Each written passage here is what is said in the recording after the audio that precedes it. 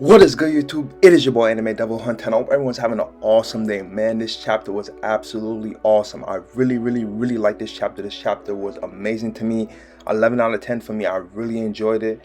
Man, where do I even begin, man? From like the parts, how the people in the flower capital were doing, you know, Luffy versus Kaido, and that fantastic end with the girls say, man, absolutely phenomenal chapter.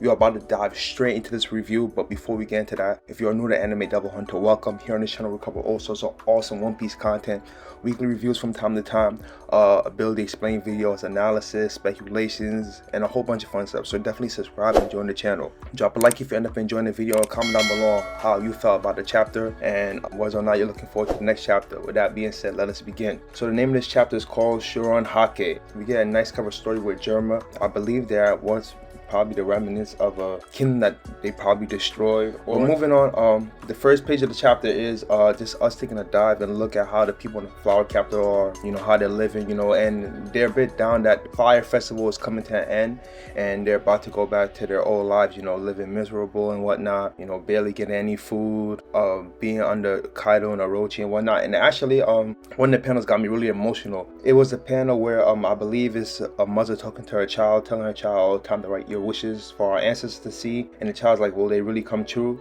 And then we turn to the next part, and it's a guy writing on a lantern that he wishes to see his mother again, and it's a lady writing food for the kids, and that really got to me, man. So following that panel, we jump straight back to, you know, Onigashima, and it's Luffy versus Kaido. Oh man, bro, I really like this battle, man. Kaido's really interesting. This is definitely gonna go down as one of, you know, Luffy's best fights in One Piece, in my opinion. Luffy and Kaido are fighting, but in the middle of them fighting, Kaido stops and he starts drinking, and Luffy gets pissed. He's like, why are you drinking?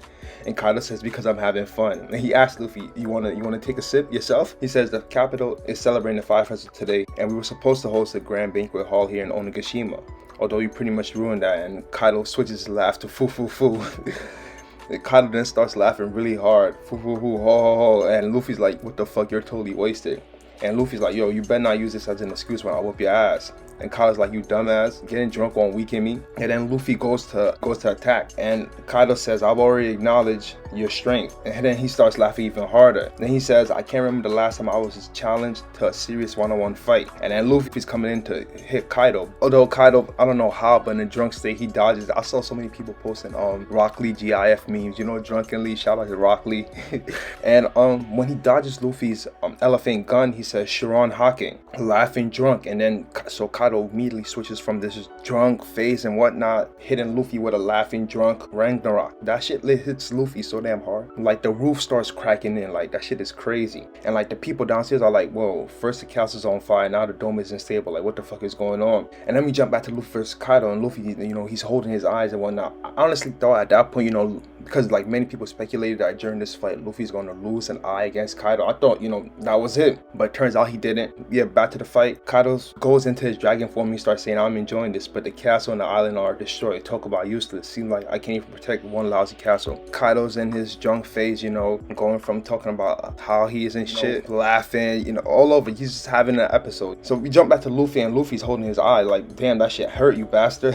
And Kaido, he's still going on about how useless he is, and we then get text that this is Kaido's sad drunk phase, and Kaido's saying to himself, I guess we could rebuild. It'll take around what 5 years. We then jump back to Luffy, and Luffy, you know, he's going in for the attack, and he's like, okay, I gotta keep my guard up. And Kaido, he's talking to himself. He's like, I did my best, but maybe that's just not good enough. So Kaido's true colors are coming out now. Hopefully, you know, Kaido drops a little bit more information because we don't begin them little hints by Kaido here and there, but he isn't exactly saying anything. But you know, now that he's drunk, hopefully the truth will come out. Anyways, Kaido then does his dragging demolishing twister to stop Luffy from hitting him. Surprise, I don't know how Kaido really on his Rock Lee shit, man. We then get the next phase of the crying drunk face, and Kaido's crying and screaming, get away, you damn brat. That's what he's telling the Luffy. He gets ready to do another Thunder Bagura, and he's like, okay, he says to Luffy, this is what you get when you don't back off. And then Luffy's like, don't get ahead of yourself. So he then goes on to hit Luffy with a Thunder Bagura. I really liked how Luffy managed to counteract this. Instead of taking it head on or trying to dodge it, Luffy uses Kaido's club as a stepping stone to go on ahead and hit Kaido with a jet stamp in the face. Luffy laughs and says, take that, you drunk. Following that, Luffy then gets ready to do a Conqueror's Coding attack. Actually manages to land another stamp on Kaido, and Kaido's at this point, he's crying even more. And then following this, both Luffy and Kaido do a Conqueror's Haki headbutt clash without touching, and man, that shit was so epic. And man, it's like, this is Conqueror's Haki going everywhere, and because Kaido's Hakis was actually getting stronger, it sends Luffy flying back, and Kaido gets mad and he says, "You little, I was just starting to hit that good buzz. Why'd you have to sober me up?" So now he's in his angry drunk face and he lets out a dragon breath. Luffy manages to dodge it, and then following this, Luffy does his Gum Gum Rock Gatling, and then Kaido does his Gundari, and it's just them going at it. Like, Luffy's launching a whole bunch of blows, Kaido's trying to hit Luffy at the same time. That double spread was just amazing. Like, I really enjoyed that part. Both of them continue to go at it, and they both manage to actually hit each other in the face. But then following this, they both recover, and they both, you know, they're just both going at it. They're both giving it all, you know. I mean, I don't know about Kaido, because Kaido seems like he's just fucking around. I mean, who goes for a drink in the middle of a match?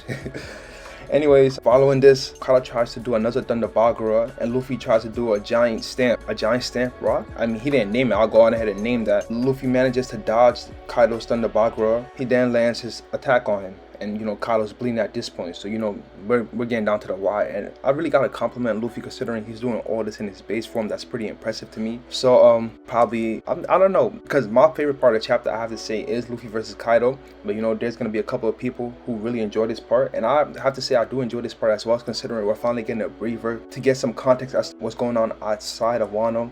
You know, what discussions are they having? What are they doing? And what a better place to start than the Holy Land Marijua with the Gorosei. So we pick off from a conversation that the Gorosei are having amongst each other, and one of them says to each other, it's as if this year's Reverie was cursed. We should put what happened aside for now. I believe this is like the dude with the long hair saying, Wano is the more pressing issue. There was no way of knowing that this battle will go this far. So they're talking about the battle on Onigashima. I believe they're still surprised that it's going on for this long. One of them brings up Robin. One of them says, Nico Robin must have been apprehended by now. It's time to act. And then adds, it wouldn't be out of place for someone to die unexpectedly during a war that involves Kaido and Big Mom. This is their chance to erase that nuisance. So we're getting a lot of attention towards Robin. A lot of us believe Robin isn't going to get captured. You know, we don't want a part 2 of Ennie's lobby.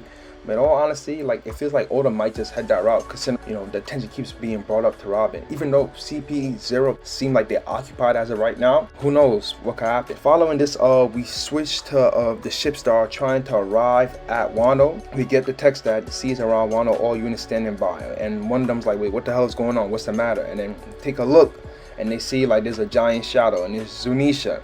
And the dude's like, there's no way in the island. We then switch back to the Gorosei, and the Gorosei are talking about something, you know, that's got everyone going crazy as of right now. And they're talking about a fruit. And the dude with the weird mustache, he says that fruit is nothing but a legend now, even for us. It hasn't awakened for centuries. And then the other dude's like, how else would you explain the world government giving a specific devil fruit a unique name?